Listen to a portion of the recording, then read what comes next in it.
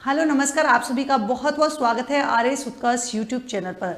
आज का हमारा टॉपिक है परिसंचरण तंत्र, जिसमें हम पढ़ने वाले हैं किसके बारे में, रक्त के बारे में बात करने वाले हैं, जो कि साइंस का जो है एक टॉपिक है। और यहाँ से एग्जाम के दृष्टिकोण से एक इम्पॉर्टेंट क्वेश्चन आपके लिए संभावित बन सकता है।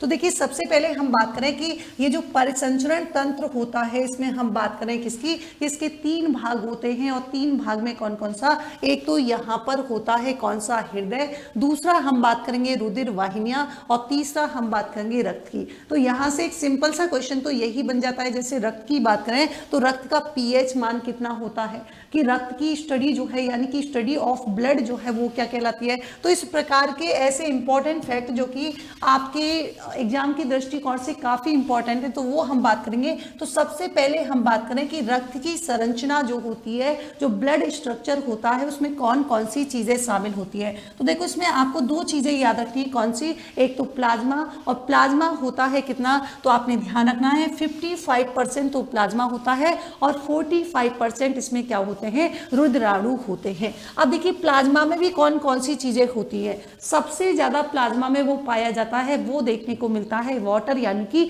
हम बात कर रहे हैं किसकी, जल की। तो जल में कितना हो जाएगा, 90%। उसके बाद हमको यहाँ पर दिखाई देता है प्रोटीन, यानी कि 7%। फिर इसके बाद लवण की बात करेंगे 0.9%, ग्लूकोज की बात करेंगे 0.1%, और इसी के साथ ही अदर मटेरियल जो होते हैं वो भी किसमें शामिल होते हैं, प्लाज्मा में। आगे यहाँ पर सेकंड हमने बात की रुधिराणु।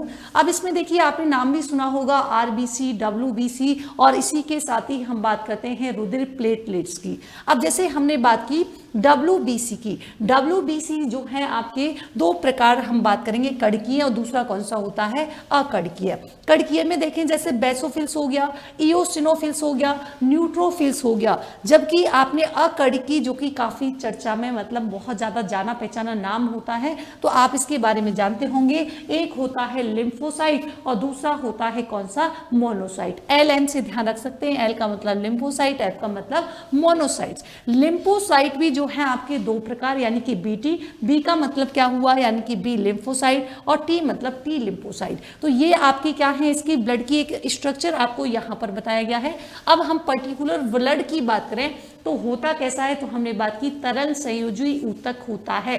दूसरा हमने बात की कि इसका जो पीएच मान होता है वो कितना होता है, 7.4%। कितना होता है, 7.4 जो है यहाँ पर इसका हल्का क्षारीय होता है। और हमारी जो बॉडी जो होती है, शरीर का भाग जो होता है, तो शरीर के भार का कितना परसेंट, तो ध्यान रखेंगे शरीर के भार का यहाँ पर होता है 7%। फिर इंपॉर्टेंट चीज आती है कि मैम जो रक्त है उसकी स्टडी को हम क्या बोलते हैं, तो ध्यान रखिए हेमेटोलॉजी जो है हम बोलते हैं ब्लड स्टडी को। फिर बात आती है कि एक मानव शरीर में जो है औसतन मात्रा किसकी होती है, ब्लड की, तो ध्यान रखेंगे 5 से 6 लीटर जो है प्रति व्यक्ति यहाँ पर रक्त की मात्रा होती है। पुरुषों की बात करेंगे तो 5 से 6 लीटर हो जाएगा, जबकि महिलाओं की बात करेंगे तो 4 से 5 लीटर यहाँ पर बात होती है। अब देखो, रक्त की बात करेंगे तो जो हमारा भोजन है, जो गैस जो है, इनका क्या करना, इनका ट्रांसपोर्टेशन मतलब कोई व्हीकल, बाहर वाला व्हीकल नहीं, परिवहन मतलब यहाँ पर क्या करता है, रक्त और ये जो है गैस एवं भोजन का परिवहन करता है। और इसी के साथ ही जो डिजीज होती हैं, जो रोग होते हैं, उनसे क्या करता है, बचाव करता है। तो ये इसकी क्या हो गई, ये इसके कार्य हो जाते हैं। अब जैसे प्लाज्मा की बात करें तो ये क्या होता है, रक्त का अजीवित तरल भाग होता है, जिसके कलर की बात करेंगे तो कलर कौन सा होता है, पीला होता है। अब कई बार ये क्वेश्चन भी पूछ लिया जाता है कि ये जो प्लाज्मा का कलर पीला होता है, पी से प्लाज्मा, पी से पीला, तो ध्यान रखेंगे होता किसके कारण है मैम, तो बिलीरुबिन जो है यहाँ पर पाया जाता है, जिसकी वजह से इसका कलर कैसा दिखाई देता है, पीला दिखाई देता है। अब ये क्या करता है, जो पचा हुआ भोजन जो होता है, तो हार्मोन का शरीर में क्या करना, प्लाज्मा क्या करता है, संवहन करता है। तो ये इसका क्या हो गया, काम यहाँ पर हो गया। एक चीज और ध्यान रखेंगे, जब प्लाज्मा में से कौन सी, तो ये काफी इंपॉर्टेंट है, फाइब्रिनोजन की बात करेंगे, ये प्रोटीन निकाल दिया जाता है, तो शेष प्लाज्मा को क्या बोलते हैं, सेरम कहते हैं। तो ये भी पूछा जा सकता है, सेरम से तात्पर्य क्या है, या सेरम होता क्या है। तो अपन ने बात की कि प्लाज्मा में से जो फाइब्रिनोजन जो काफी इंपॉर्टेंट प्रोटीन होती है, तो जैसे इसको निकालते हैं, बाकी का जो शेष यानी कि सरप्लस जो बच्चा है, उसी को हम सेरम कहते हैं। यहाँ पर देखिए हमने बात की रुद्राणु की। ये रुद्राणु जो है ये कौन सी, तो हमने बात की आरबीसी मतलब रेड ब्लड सेल्स, यानी कि आरबीसी लाल रक्त है ना। तो लाल रक्त कणिकाएं जो होती हैं इसमें क्या है, पहली बात तो संख्या में सर्वाधिक पाई जाती हैं। ये भी तीनों में डिफरेंस रहता है कि डब्ल्यूसी प्लेटलेट्स की बात करेंगे आरबीसी की तो सर्वाधिक संख्या में कौन सी पाई जाती हैं, तो हम कहेंगे मैम सर्वाधिक संख्या में पाई जाती हैं आपकी कौन सी, आरबीसी। इसके अलावा दूसरी इंपॉर्टेंट बात होती है कि आकृति कैसी होती है, तो वृत्ताकार और उभयावतल जो है इसकी आकृति देखने को मिलती है, केंद्रक विहीन होती है। और ये इंपॉर्टेंट काफी पूछा जाता है कि अगर हम समय सीमा की बात करें तो लगभग 120 दिन जो है क्या है इसकी समय सीमा रहती है। ध्यान रखना प्लिया जो है वो आरबीसी का क्या कहलाता है, कब्रिस्तान कहलाता है, ये भी आपको ध्यान रखना है। निर्माण कहाँ पर होता है, तो ध्यान रखेंगे अगर हम भ्रूण अवस्था की बात करेंगे तब तो यकृत और प्लिया में होता है, जबकि वयस्क अवस्था की बात करेंगे तब इसका निर्माण कहाँ पर होता है, अस्थि मज्जा में होता है। और दोनों ही क्वेश्चन आपसे पूछे गए हैं। निर्माण में क्या क्या सहायक होती हैं, विटामिन B12, फॉलिक अम्ल और इसी के साथ ही प्रोटीन और कौन शामिल होता है, आयरन।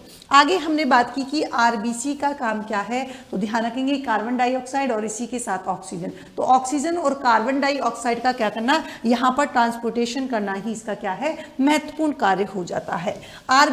आरबीसी की जो संख्या है ये ध्यान रखेंगे किससे, तो ये हीमोसाइटोमीटर में क्या की जाती है, यहाँ पर ज्ञात की जाती है, ये भी ध्यान रखना।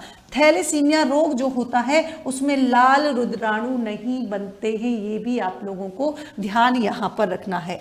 आगे देखिए हीमोग्लोबिन की बात करेंगे तो शब्द है आपकी हीम मतलब आयरन, लाल रंजक जो कि हीमेन लोह के कारण, और यहाँ पर हम बात कर रहे हैं रंजक प्लस ग्लोबिन की बात करेंगे तो यहाँ पर ग्लोबिन प्रोटीन कितना, तो हमने कहा 95%, और लाल रंजक आयरन की बात की कितना, 5%। तो टोटल आपके कितना हो गया, 100%। तो स्वस्थ मनुष्य जो होता है ध्यान रखेंगे उसमें 100 मिलीलीटर में लगभग हमारा जो ब्लड होता है इस ब्लड में लगभग कितना हीमोग्लोबिन पाया जाता है, तो आप कहोगे मैम 12 से लेकर लगभग 16 ग्राम जो है हमारे हीमोग्लोबिन आपके ब्लड में पाया जाता है। यह ऑक्सीजन और कार्बन डाइऑक्साइड के साथ क्या करता है, संयोजन की क्षमता यहाँ पर रखता है, ये भी आपको ध्यान रखना है। मान लीजिए हीमोविलियन की कमी हो जाती है तब यहाँ पर कौन सा रोग होता है, यहाँ पर होता है रक्त क्षीणता, जिसे हम एनीमिया रोग के नाम से भी जानते हैं, काफी फेमस है।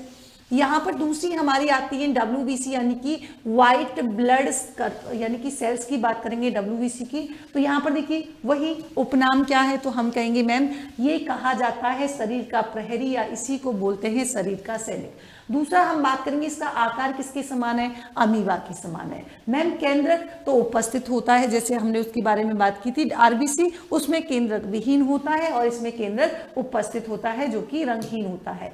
मैम संख्या कितनी होती है, तो 6000 से 8000 होती है ना, और जीवन काल तो 4 से 7 दिन होता है जीवन काल। निर्माण कहाँ बनता है, तो अस्थि मज्जा और लिम्फ नोड में जो है इसका निर्माण।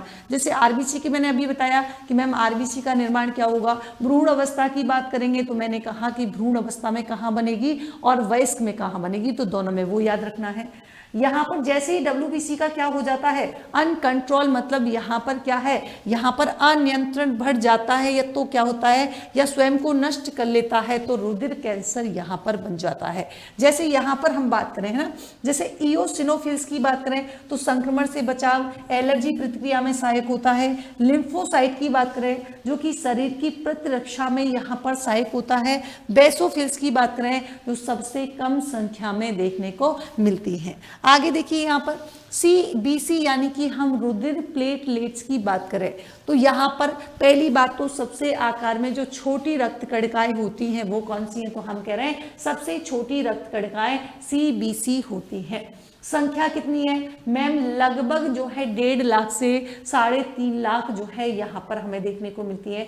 कई प्रकार के पदार्थों का क्या करती हैं, श्रावण जो है यहाँ पर करती हैं। और सबसे इम्पोर्टेंट बात जिसे हम रुधिर का थक्का कहते हैं, तो रुधिर का थक्का जमाने में सबसे ज्यादा जो इम्पोर्टेंट होती है वो कौन सी होती है, रुधिर प्लेटलेट्स होती हैं। इंपॉर्टेंट देखिए कि केंद्रक तो मैंने कहा अनुपस्थित होता है, तो दोनों तीनों में आपको ध्यान रखना है। जैसे अभी मैंने बात की थी किसकी, WBC की, जिसमें केंद्रक उपस्थित होता है, रंगहीन होता है, लेकिन यहाँ पर हम कह रहे हैं कि केंद्रक क्या है, अनुपस्थित होता है। जीवन काल में तो ये 3 से 5 दिन इसका जीवन काल होता है। कहाँ पर समाप्त होता है, प्लिया में समाप्त होता है। कहाँ पर, प्लिया में। निर्माण की बात करेंगे तो मेगा कैरियस साइट की बात करेंगे, यानी कि अस्थि मज्जा की विशेष कोशिका। इसका मतलब क्या हुआ कि जो मेगा कैरियस साइट जो होती है उसके टुकड़ों से विखंडन से क्या है, इसका निर्माण होता है। और ध्यान रखेंगे ये केवल और केवल किस में पाई जाती है, मनुष्य एवं स्तनधारियों के रक्त में ही देखने को मिलती है। ये भी सबसे इंपॉर्टेंट बात आपको ध्यान रखनी है। किस में मिलती है, तो हमने कहा केवल मनुष्य में, और दूसरा इंपॉर्टेंट फैक्ट क्या है, जो स्तनधारी जो है उन्हीं के ब्लड में देखने को मिलती है। तीसरा देखिए रक्त के कार्य क्या है, तो पहली बात तो जो हमारी बॉडी का टेम्परेचर होता है, जो शरीर का रक्त मतलब जो ताप होता है, टेम्परेचर होता है, उस टेम्परेचर को कंट्रोल करती हैं, और साथ ही जितनी भी डिजीज होती हैं तो उन डिजीजों से यहाँ पर रक्षा करना। अगर मान लीजिए कहीं घाव लग जाता है तो घाव भरने के लिए भी, और रक्त का थक्का जो है ये सबसे इंपॉर्टेंट चीज़ है। गैस वही ऑक्सीजन हो या फिर कार्बन डाइऑक्साइड हो तो इसका ट्रांसपोर्टेशन करना, ये इसका होता है। हार्मोन जो है उनका सम्मेलन करना, और लैंगिक वर्णन में सहायक करना।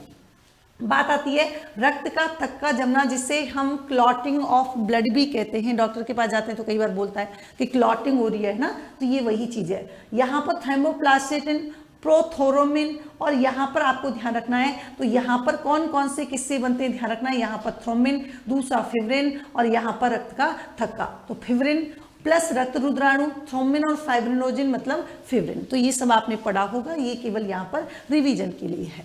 यहाँ पर जैसे देखिए ये कह रहे हैं कि रुधिर प्लाज्मा के प्रोथोनिमिन और फाइब्रिनोजन का निर्माण जो है वो यकृत में विटामिन के की सहायता से होता है। और ध्यान रखना ये क्वेश्चन आपसे पूछा जाता है कि कौन सी विटामिन रक्त का थक्का बनने में सहायक होती है, तो विटामिन के जो होती है वो यहाँ पर ब्लड क्लॉटिंग में सहायक होती है। सामान्यतः रक्त का थक्का 2-5 मिनट में बन जाता है, लेकिन अनिवार्य प्रोटीन कौन सी होती है रक्त का थक्का जमाने के लिए, ये आपकी इंपॉर्टेंट फाइब्रिनोजन। कौन सी होती है, फाइब्रिनोजन जो है ये क्या है, सबसे इंपॉर्टेंट यहाँ पर होती है, जो कि रक्त का थक्का जमाने में यहाँ पर सहायता करती है। दूसरा क्या है, नहीं अगर रक्त का थक्का आपकी ब्लड क्लोटिंग नहीं हो पा रही है तो इसका रीजन कौन सा होगा, तब यहाँ पर ध्यान रखना है प्राकृतिक हिपेरिन जो है इसका कारण यहाँ पर होता है। ठीक है, अब देखिए मनुष्य के रक्त बंध आपने देखा होगा कि ब्लड ग्रुप होते हैं, है ना। ब्लड ग्रुप में सबसे पहले हम बात करेंगे कि यहाँ पर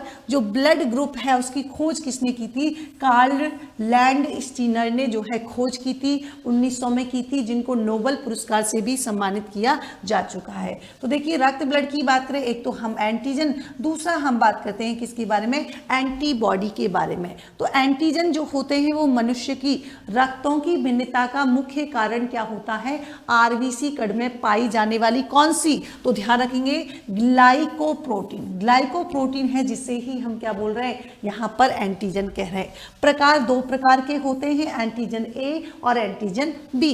एंटीबॉडी जिसे हम एग्लूटिनिन्स बोलते हैं, ये क्या कह रहे हैं कि किसी एंटीजन की अनुपस्थिति में क्या होना, एक विपरीत प्रकार की प्रोटीन, है ना, एक विपरीत प्रकार की प्रोटीन रुधिर प्लाज्मा जो है उसमें पाई जाती है, जिसे हम क्या बोलते हैं, एंटीबॉडी। इसके बारे में तो आप सब लोग जानते होंगे, ये भी 2 प्रकार की होती है, वही एंटीबॉडी ए, एंटीबॉडी बी। यहाँ पर ध्यान रखेंगे कि एंटीबॉडी के निर्माण को प्रेरित कौन करता है, तो एंटीजन जो होता है उसको क्या करता है, प्रभावित यहाँ पर करता है। अब देखिए आप सबने सुना होगा कि यहाँ पर ए बी ओ, तो आप लोग कमेंट बॉक्स में बताएंगे कि आपका ब्लड ग्रुप कौन सा है, इनमें से देख लीजिए। तो यहाँ पर जैसे हम बात करते हैं ग्रुप ए की, तो ग्रुप ए में एंटीजन पाया जाता है क्या, आप बोलोगे मैम पाया जाता है कौन सा, केवल ए। एंटीबॉडी मिलती है क्या, हाँ मैम केवल बी मिलती है। मैम बी की बात करेंगे, ब्लड ग्रुप जो बी होता है उसमें एंटीजन होता है कौन सा, केवल बी। एंटीबॉडी कौन सी होगी, केवल ए। मैम ए बी की बात करेंगे, जो ए बी ब्लड ग्रुप वाले हैं उनमें क्या पाया जाता है, तो दोनों ही एंटीजन पाए जाते हैं, ए और बी दोनों। जबकि एंटीबॉडी की बात करेंगे, बस यहीं से बन गया क्वेश्चन कि कौन से ब्लड ग्रुप में जो है एंटीबॉडी नहीं पाई जाती है, तो ध्यान रखेंगे जो होता है कौन सा, ए बी।